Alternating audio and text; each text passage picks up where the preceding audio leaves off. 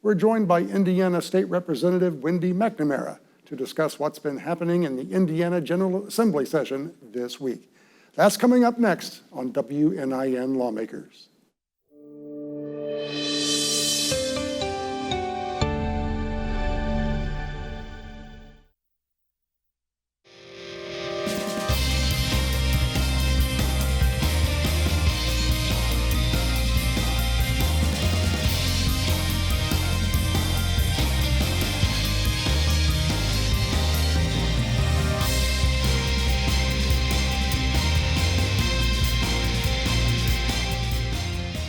Welcome to WNIN Lawmakers. I'm John Gibson, news manager and local host of WNIN FM's Morning Edition. Before we check in with State Representative McNamara, here's a report from Indiana Public Broadcasting's Brandon Smith on what happened in the General Assembly this past week. Under House-approved legislation, unlicensed child care providers in Indiana would be able to serve more children for more hours each week, and it allows those providers to accept child care vouchers. The measure also eliminates a requirement for some licensed providers that the person running it has a high school diploma and any training or experience in child care. A bill to update state Medicaid policy wasn't called down on the House floor on a deadline day to advance it. That's after Democrats filed amendments that would pause proposed cuts to attendant care. Republican leaders say the attendant care issue doesn't require legislation this session and will be resolved through the Family and Social Services Administration's normal rulemaking process. And the Senate approved legislation that would restrict students from using cell phones, tablets, laptops, and gaming devices during instructional time unless approved by a teacher for educational purposes. There are exceptions, like in the event of an emergency or if a student requires a device to manage their health care. For Indiana Public Broadcasting, I'm Brandon Smith at the State House. We're joined now by Indiana State Representative Wendy McNamara, whose district includes all of Posey County and a portion of western Vanderburgh County. State Representative, we appreciate it, as always. Thank you for joining us. Thank you for having me. Thanks. Well, let's discuss some of the bills that have already passed of the House. In that report, Brandon mentioned a bill that would loosen restrictions on child care. What are your thoughts on that? You know, we are in a child care desert, for lack of a better word. I think it's an attempt to help provide more access to more children across the area. I'm a firm believer and would like to see be a part of like a READY grant for keeping local communities together to entice young couples to move to the area and stay in the area. Daycare is important. It's important to businesses, it's important to employers. The costs of daycare are exorbitant. And, you know, I think we certainly do not want to put children in harm, but we want to provide opportunities for access to child care that currently don't exist and, frankly, very difficult to find. So you think loosening these restrictions might put children at harm? I do not. I just want to say, you know, you'll have people that say, you know, you're opening it up to more kids in a classroom or whatever it is, but you know, I want to allay those fears that that's not possible. I mean, not something that we want to be, you know, in the middle of. We want to make sure it's careful thought put into this particular piece of legislation, and that kids are continuing to be protected. Yet at the same time, make sure we, you know, offer more opportunities for childcare that simply do not exist right now. You mentioned READY funding. Has that funding ever been used for something like that? For expanding childcare? I think it should be. When you talk about economic development, you talk about your local areas, your local businesses. And if you want to attract and keep talent, I think you need to provide those opportunities like daycare for families to say, oh, I want to go move here. I want to work at this particular location. That I think is a critical piece to even when you begin talking about economic development, but has yet to gain any traction. So we should point out that READY, and we are now into the READY 2.0, is a project to essentially send development money to various communities and such, and there's some competition and all that going on. And we'll see how that all spells out in the weeks and months ahead. Let's move on to House Bill 1001. It would allow 21st century scholar funds to be used for a wider variety of post-secondary education or training programs. You work in education, as we know. What are your thoughts on this? Any opportunities we can give to students to gain access to higher education and even post-high school graduation work opportunities are critical. As you know, I run EVSC Early College High School, and I am constantly trying to find opportunities for our kids to get to that next level. And we're kind of in a situation where you look at the workforce in a lot of cases beginning that junior year of high school, when students start making that decision what real pathway they want to take. Am I going to college? If so, is that going to be a 2-year? Is that going to be a trade school? Or am I going to go to a 4-year and beyond? So any opportunities we can provide to kids to have the access to what they want to do is going to be a good thing. I see. Well, speaking of young people in the workforce, House Bill 1093 looks to roll back some child labor laws, allowing teenagers to have fewer restrictions on working. It has passed the Indiana House, but as I understand it, you voted against it. Can you tell us why you opposed that measure? I would have liked to see more guardrails around it, to be honest with you. Again, being in education, I see what, when you have high schoolers putting priorities on their work life over their education life, and there was really nothing in that bill to adjust the education parameters. You know, I get the arguments. You have athletes that stay out till 11 o'clock at night. Why can't somebody stay and close up work at 11 o'clock? Well, then that becomes 1 o'clock in the morning, or, you know, that sort of thing. And right now, with employee shortages and that sort of thing, I don't want our students to be the first, you know, line of defense in working those long hours. And it is critical if you look at the hours worked in comparison to grades, they often start to fail. That's what I was going to ask yeah. next. I'm guessing the more time students spend in jobs, the less time they're going to be working on homework and that kind of thing? 100%, yes. And, you know, I have some students that can handle that. But for the majority, you often see their grades suffer the longer hours that they work. Some students can function, you know, working on homework, coming home at 11 o'clock at night, and then getting up early in the morning and then going to school. But I would suggest, you know, we're in a time of their life where they should be enjoying their high school experience. And I just was not in favor of sacrificing the education piece for the work piece. Yeah. All right, well, another education bill that has passed the House, House Bill 1073, it adds some requirements for special education punishments. Could you explain what that bill does? I understand it passed the House, but again, this is one you voted against, is that right? Oh, for the bill started out with cameras in the classroom, in all special ed classrooms. It was amended twice, I believe, to basically go into effect next year. As it sits right now, it's a all of May provision with really no policy right now, and that's really why I voted against it. One, my local community, I had some educators reach out. It was in response to an incident that happened up around the Indianapolis area.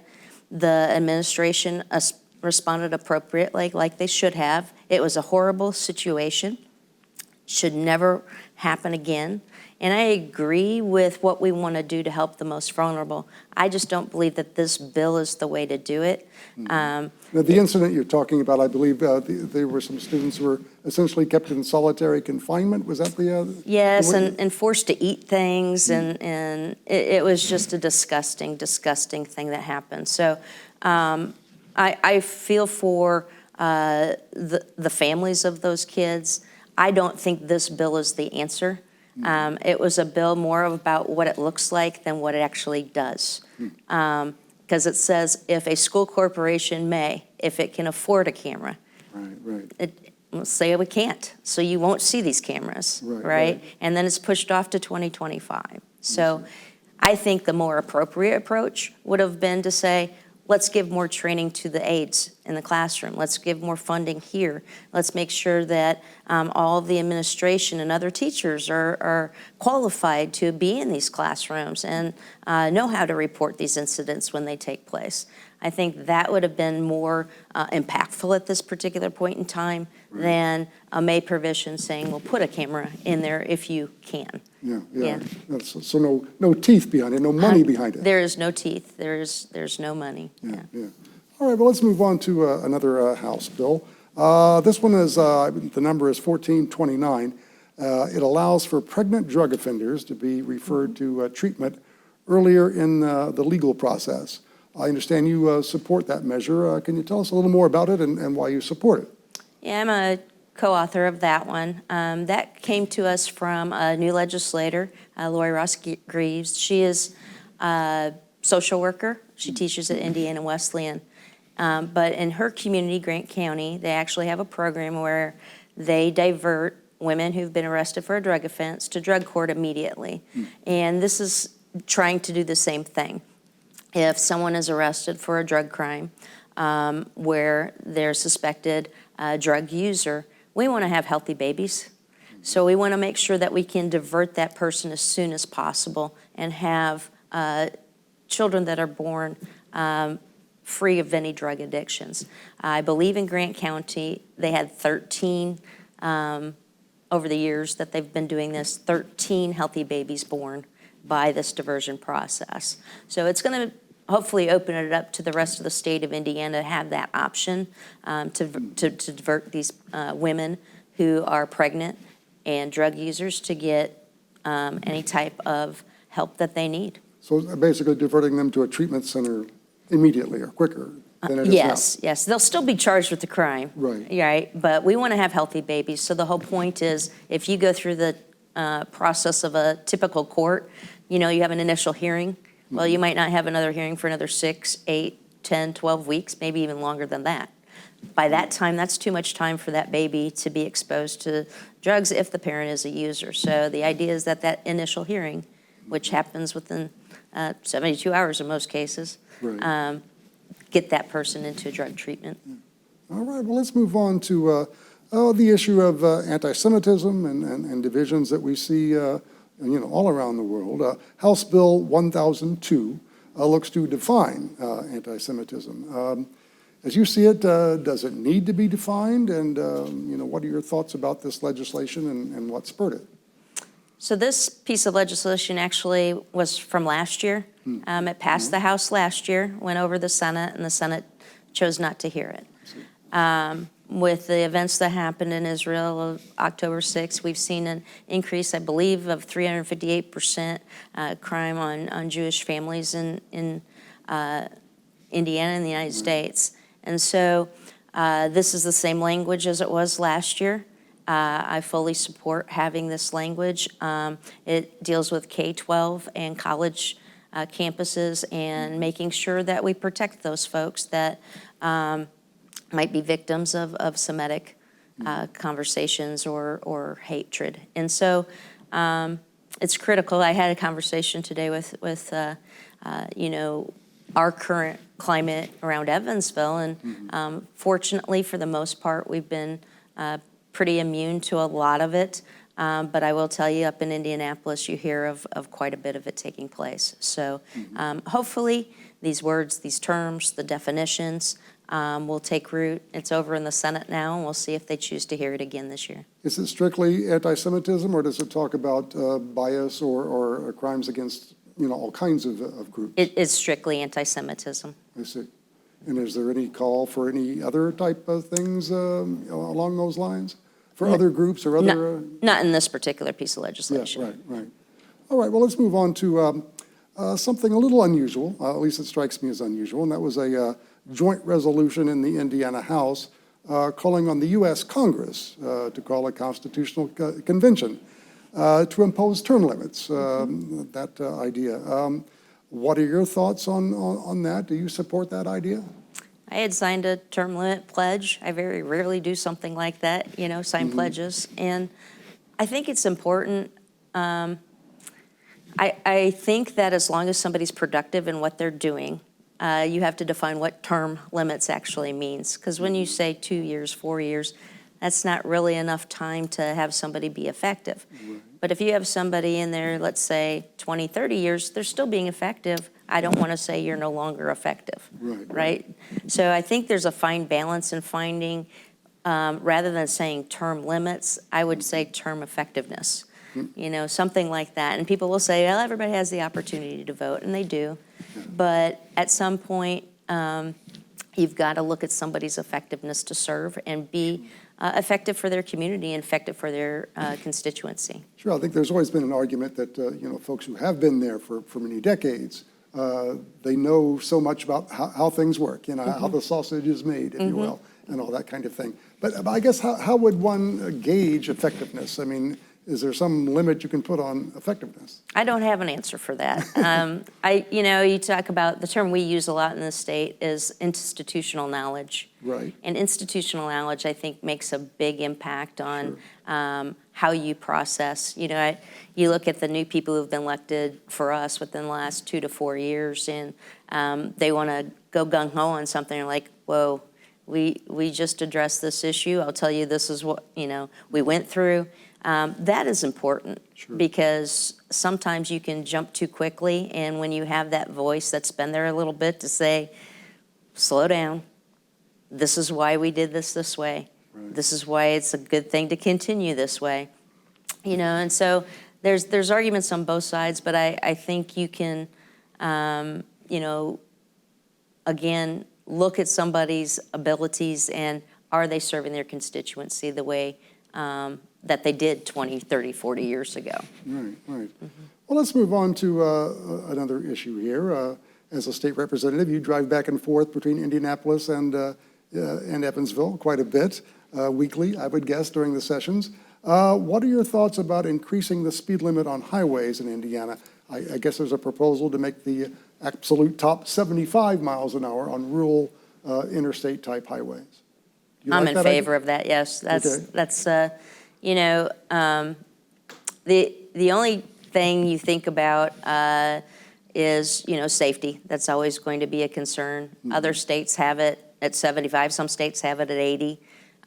As Indiana continues to upgrade our roads because we've invested so much money in our infrastructure, people joke about having the orange barrel as our state flower because we've invested so much money in making sure that our roads are being upgraded.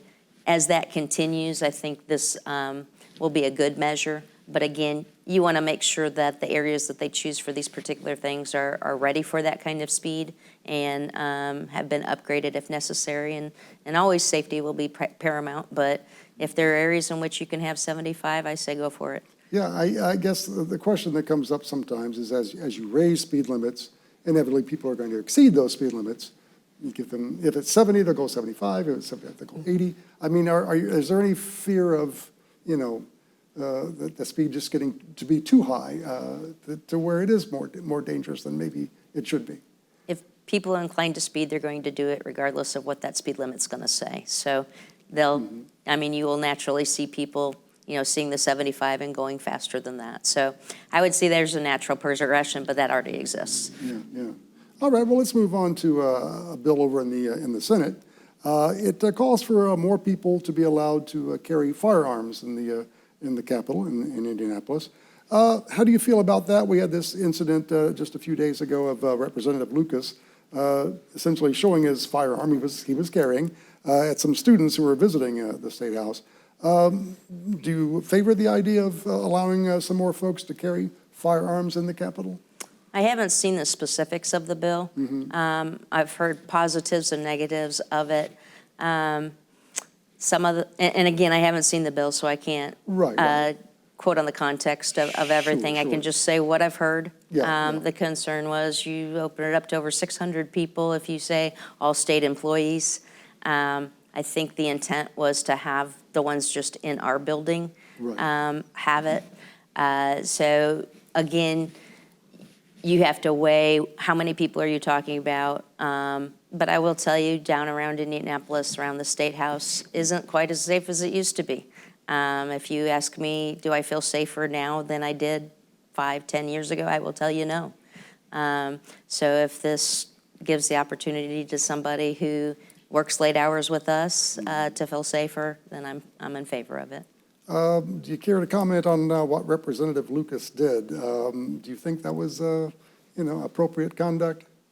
Well, Representative Lucas is, he's had a controversial tenure in his legislature, and I haven't seen the video, nor do I know the context of the conversations with the students, but it's not for me to comment on without being able to fully know what transpired. So.